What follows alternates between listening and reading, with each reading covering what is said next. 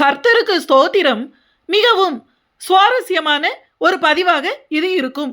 3500 வருஷங்களுக்கு முன்பே தேவனால் சொல்லப்பட்டிருக்கிற தீர்க்க தரிசனம் இஸ்ரேல் நாட்டின் தேசிய கொடியாக எப்படி நிறைவேறியது என்றும் இதற்கும் இயேசுவின் வருகைக்கும் என்ன தொடர்பு இருக்கிறது என்பதை பற்றியும் இந்த பதிவில் பார்ப்போம்.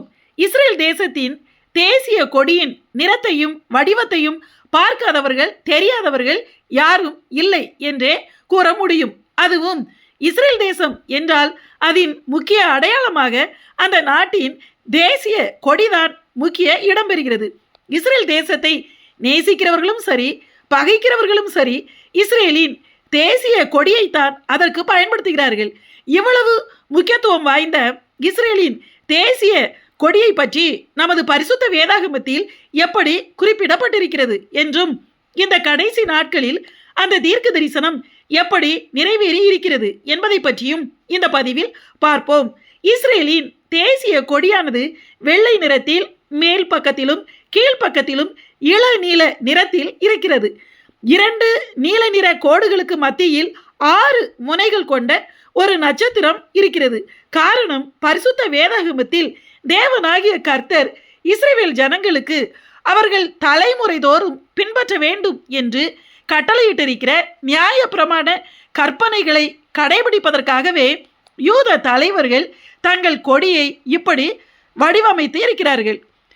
எண்ணாகமம் 15ஆம் அதிகாரம் 37ஆம் வசனத்திலிருந்து 40ஆம் வசனம் வரை கர்த்தர் மோசேயை நோக்கி, நீ இஸ்ரவேல் புத்திரரிடத்தில் பேசி அவர்கள் தங்கள் தலைமுறை தோறும் தங்கள் வஸ்திரங்களின் ஓரங்களிலே தொங்கல்களை உண்டாக்கி ஓரத்தின் தொங்கலிலே இளநீல நாடாவை கட்ட வேண்டும் என்று அவர்களுக்கு சொல். நீங்கள் பின்பற்றி சோரம் போகிற உங்கள் இருதயத்துக்கும் உங்கள் கண்களுக்கும் ஏற்க நடவாமல் அதை பார்த்து கர்த்தரின் கற்பனைகளை எல்லாம் நினைத்து அவைகளின்படியே செய்யும்படிக்கு அது உங்களுக்கு தொங்கலாய் இருக்க வேண்டும். நீங்கள் என் கற்பனைகளை எல்லாம் நினைத்து அவைகளின்படியே செய்து உங்கள் தேவனுக்கு பரிசுத்தராய் இருக்கும்படி அதை பார்ப்பீர்களாக என்று தேவனாகிய கர்த்தர் கூறியிருக்கிறார். இந்த வசனங்களில் தேவன் தங்களுக்கு கட்டளையிட்டிருக்கிற நியமத்தின்படிதான் இஸ்ரேல் தேசத்தின் கொடியை யூத தலைவர்கள் வடிவமைத்தார்கள். அது எப்படி எப்போது வடிவமைக்கப்பட்டது என்பதை பார்ப்பதற்கு முன்பு அந்த வசனங்களை பற்றிய சிறிது விளக்கத்தை பார்த்து விடுவோம். இந்த கட்டளையானது 3500 வருஷங்களுக்கு முன்பே மோசேயின் மூலமாக இஸ்ரவேல் ஜனங்களுக்கு தேவன் நியமித்த கட்டளையாகும். வேதாகம நாட்களில் இஸ்ரவேல் ஜனங்கள் எல்லோருமே தங்கள் தேவனுடைய இந்த கட்டளையின்படியே தங்களுடைய மேல் வஸ்திரத்தின் 4 பக்கத்திலும் இளநீல நாடாவை கட்டியிருப்பார்கள். அவர்களுடைய ஆடைகளின் ஓரங்கள் எல்லாமே இளநீல நிற நாடாக்களை இணைத்தே உருவாக்கப்படும்.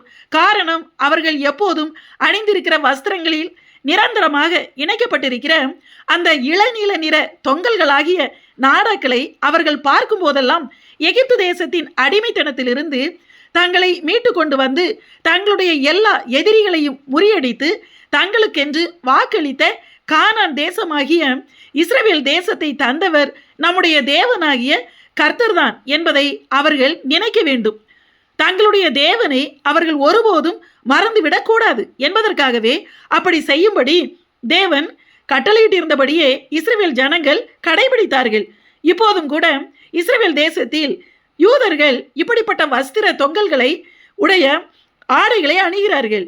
இப்போதும் யூதர்கள் தேவனை ஆராதிக்கும் போதும் ஜெபிக்கும் போதும் பிரேயர்சால், அதாவது தாலித் எனப்படுகிற ஒரு விசேஷித்த மேலாடையை அணிந்து கொண்டுதான் ஜெபிக்கிறார்கள். அந்த ஜெப வஸ்திரமானது தேவன் தங்களுக்கு கட்டளையிட்டிருந்த அந்த நியாயப்பிரமாணத்தின்படியே இளநீல நிற டிசைனிலும் வஸ்திர ஓரங்களில் தொங்கல்கள் உள்ளதாகவும் தயாரிக்கப்பட்டிருக்கும். நம்முடைய கர்த்தராகிய இயேசு நமக்காக பூமியில் ஒரு மனிதனாக வந்தபோது அவர் ஒரு யூத மனிதனாகத்தான் வந்தார். இயேசுவும் அப்படிப்பட்ட தொங்கல்கள் உள்ள வஸ்திரங்களையே தான் அணிந்திருந்தார். இதை குறித்து மத்தேயு 9ஆம் அதிகாரம் 20ஆம் 21ஆம் வசனங்களில் 12 வருஷமாய் பெரும்பாடுள்ள ஒரு ஸ்திரீ, நான் அவருடைய வஸ்திரத்தை ஆகிலும் தொட்டால் சொஸ்தமாவேன் என்று தன் உள்ளத்தில் எண்ணிக்கொண்டு அவர் பின்னாலே வந்து அவருடைய வஸ்திரத்தின் ஓரத்தை தொட்டாள். அந்நேரம் முதல் அந்த ஸ்திரீ சொஸ்தமானாள் என்று எழுதப்பட்டுள்ளது. இந்த சம்பவத்தை பற்றி பரிசுத்த வேதாகமத்தில் நாம் எல்லோருமே அறிந்திருக்கிறோம். 12 வருஷமாக வியாதியாய் இருந்த பெரும்பாடுள்ள ஸ்திரீ இயேசுவின் வஸ்திரத்தின் ஓரத்தை தொட்டாள் என்று கூறப்பட்டுள்ளது. அவள் தொட்ட வஸ்திரத்தின் ஓரம் என்பது நம் கர்த்தராகிய இயேசு அணிந்திருந்த வஸ்திர தொங்கல் தான். அது நியாயப்பிரமாண முறைமையின்படி பெரும்பாடுள்ள ஸ்திரீ யாரையும் தொடக்கூடாது, வஸ்திரங்களை தொடக்கூடாது. அப்படி தொட்டால் பிரமாணத்தை மீறிவிட்டதாக அர்த்தம். உண்மை தெரிந்தால் கல்லறிந்து கூட கொன்று விடுவார்கள். ஆனாலும் 12 வருஷமாய் இருந்த அவளுடைய வியாதியின் கஷ்டத்தின் நிமித்தமே அவள் பிரமாணத்தை மீறி பயந்து போய் யாருக்கும் தெரியாமல் பின்னாக வந்து அவருடைய வஸ்திரத்தின் அவருடைய வஸ்திரம் முழுவதையும் தொடாமல் வஸ்திரத்தின் ஓரத்தில் அந்த தொங்கலாக இணைக்கப்பட்டிருந்த அந்த நாடாவை மிக லேசாக மெதுவாக அவள் தொட்டாள். ஆனால் மகா இரக்கமுள்ள தேவனாகிய நம்முடைய கர்த்தர் அவளை நியாயம் தீர்க்காமல் அவளுடைய விசுவாசத்தை கனம் பண்ணி அவளுடைய வியாதியிலிருந்து அவளை விடுதலையாக்கினார். எனவே நம்முடைய கர்த்தரும் கூட வஸ்திர ஓரங்களில் தொங்கல்கள் உள்ள ஆடைகளையே அணிந்திருந்தார். பின் நாட்களில் நவீன ஆடைகளில் ஓரங்களில் வஸ்திர தொங்கல்களாகிய நாடாக்களை இணைப்பது என்பது கடினமாக இருந்ததால் இஸ்ரவேல் ஜனங்கள் எல்லோருமே எப்போதும் நோக்கி பார்க்கக்கூடிய நாட்டின் பிரதான அடையாளமாகிய தங்கள் தேசிய கொடியையே தங்களுடைய தேவன் தங்களுக்கு கட்டளையிட்டிருந்தபடியே வடிவமைத்து விட்டார்கள். இளநீல கோடுகள் உள்ள தங்கள் தேசிய கொடியை பார்க்கும் போதெல்லாம் அவர்கள் தங்கள் தேவனாகிய கர்த்தரை நினைக்கிறார்கள். இந்த தேசத்தை நமக்கு தந்தவர் நம்முடைய தேவன் மட்டும்தான் என்று தேவனை மறந்து விடாதபடிக்கு நினைப்பதற்காகவே தேசிய கொடியின் 2 பக்கத்திலும் இளநில கோடுகளை வரைந்து உருவாக்கி இருக்கிறார்கள். மேலும் கொடியின் மத்தியில் 6 முனைகள் உள்ள ஒரு நட்சத்திரத்தையும் வைத்திருக்கிறார்கள். அந்த நட்சத்திரத்தை ஸ்டார் ஆஃப் டேவிட், அதாவது தாவீதின் நட்சத்திரம் என்று கூறுகிறார்கள். இதற்கு காரணம் எண்ணாகமம் 24ஆம் அதிகாரம் 17ஆம் வசனத்தில் ஒரு நட்சத்திரம் யாக்கோபிலிருந்து உதிக்கும் என்று எழுதப்பட்டுள்ளது. இந்த தீர்க்க தரிசனமானது யாக்கோபாகிய இஸ்ரவேலின் சந்ததியாகிய யூதா கோத்திரத்தில் தாவீதின் சந்ததியில் இருந்துதான் தங்கள் மேசியா வருவார் என்று வேத வசனங்களின்படி யூதர்கள் நம்புகிறார்கள்.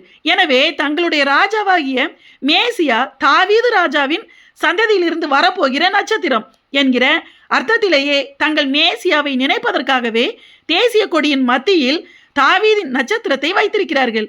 உலகத்தின் மற்ற நாடுகளில் உள்ள நட்சத்திரங்கள் 5 முனைகள் உள்ளதாக இருக்கும். இஸ்ரேலின் தேசிய கொடியில் உள்ள தாவீதின் நட்சத்திரம் மட்டுமே விசேஷமாக 6 முனைகள் கொண்ட நட்சத்திரமாக இருக்கிறது. எபிரேய மொழியில் மொத்தம் 22 எழுத்துக்கள். அந்த 22 எழுத்துக்களின் வடிவமுமே தனித்தனியாக பொருத்தி பார்த்தால் அந்த நட்சத்திரத்தின் தோற்றத்திற்குள் அடங்கி ஒத்துப்போவதாக கூறப்படுகிறது. யூதர்களின் உண்மையான மேசியா நம்முடைய கர்த்தராகிய இயேசுதான். வேத வசனங்களின்படி நம்முடைய ஆண்டவர் யாக்கோபின் சந்ததியில் யூதா கோத்திரத்தில் தாவீதின் சந்ததியில் தான் பிறந்தார்.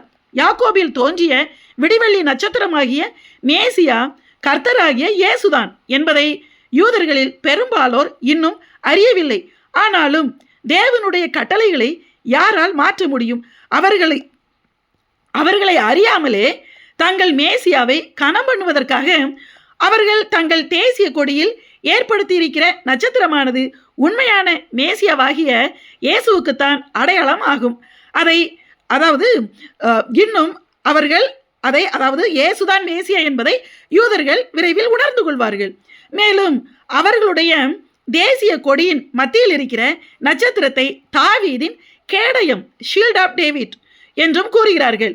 தாவீது ராஜா இஸ்ரவேல் தேசத்தில் மிகப்பெரிய ராஜா ஆவார். 40 வருஷங்கள் முழு இஸ்ரவேல் தேசத்தையும் ஆட்சி செய்தார். ஒரு யுத்தத்தில் கூட தாவீது தோற்று போகவே இல்லை. தாவீது தேவனுடைய இருதயத்துக்கு ஏற்றவனாக இருந்தார். இஸ்ரவேலின் எல்லா எதிரிகளையும் தாவீது தோற்கடித்தான். எனவே தாவீது ராஜாவை போல தேவன் தங்களுடைய தேசத்திற்கு எதிரிகளிடமிருந்து எப்போதுமே தங்களுக்கு வெற்றியை தருவார் என்பதை குறிப்பதற்காகவும் தாவீதின் கேடயத்தின் தோற்றத்தில் நட்சத்திரத்தை வைத்திருப்பதாகவும் குறிப்பிடப்படுகிறது.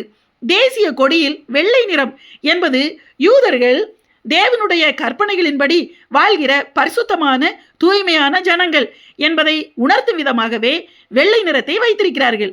சரி, இந்த கொடி எப்போது யாரால் உருவாக்கப்பட்டது என்பதை பார்ப்போம். இஸ்ரேலின் தேசிய கொடியை யூத தலைவர்கள் பலர் இணைந்துதான் உருவாக்கினார்கள். ஆனாலும் முதலில் இதற்கு அடிப்படை காரணமாக இருந்து வடிவமைத்தவர் டேவிட் உல்ஃப்சன் என்பவர் ஆவார். இரு பக்கத்திலும் இளநீல கோடுகளுடன் மத்தியில் தாவீதின் நட்சத்திரத்தோடு வெள்ளை நிற பின்னணியில் உருவாக்கப்பட்ட இந்த கொடியானது முதலில் 1891 பினாய் சயன் என்கிற யூதர்களின் சியோனிச ஸ்தாபனத்தால் அமெரிக்காவில் பாஸ்டன் நகரத்தில் பயன்பாட்டிற்கு கொண்டு வரப்பட்டது. பிறகு 1933 யூதர்களின் சியோனிச காங்கிரஸ் மாநாட்டில் சியோன் சங்கத்தின் கொடியாகவும் யூதர்களின் கொடியாகவும் ஏற்றுக்கொள்ளப்பட்டது. 1948 நவம்பர் 12 இந்த கொடியானது இஸ்ரேலின் தேசிய கொடியாக அதிகாரப்பூர்வமாக அறிவிக்கப்பட்டது. 60 சங்கீதம் 4 சத்தியத்தின் நிமித்தம் ஏற்றும்படியாக உமக்கு பயந்து நடக்கிறவர்களுக்கு ஒரு கொடியை கொடுத்தீர் என்று எழுதப்பட்டிருக்கிறபடி 2000 வருஷங்களாக உலகமெங்கும் சிதறி போயிருந்த இஸ்ரவேல் ஜனங்களை தேவன் மறுபடியும் கூட்டி சேர்த்து 1948 அவர்களுடைய தேசத்தை யூதர்களுக்கு திரும்பவும் கொடுத்து மகிமையான தேசிய கொடியையும் கொடுத்திருக்கிறார். கர்த்தருடைய தீர்க்க தரிசனங்கள் எல்லாமே இந்த கடைசி நாட்களில் வேகமாக நிறைவேறி வருகிறது. நம்முடைய கண்களுக்கு முன்பாக தேவனுடைய தீர்க்க தரிசனங்களுக்கு சாட்சியாக இன்று இஸ்ரேல் தேசம் இருக்கிறது. இஸ்ரேல் தேசம் எங்கும் கர்த்தருடைய கட்டளைப்படி உருவாக்கப்பட்ட தேசிய கொடி பறந்து கொண்டே இருக்கிறது. இதோ நான் சீக்கிரமாய் வருகிறேன் என்று வாக்களித்த இயேசுவின் வருகையின் தீர்க்க தரிசனமும் சீக்கிரம் நிறைவேறப் போகிறது. எனவே நாம் உணர்வடைந்து இயேசுவின் ரகசிய வருகையில் எடுத்துக்கொள்ளப்பட ஆயத்தமாவோம். ஆமென்.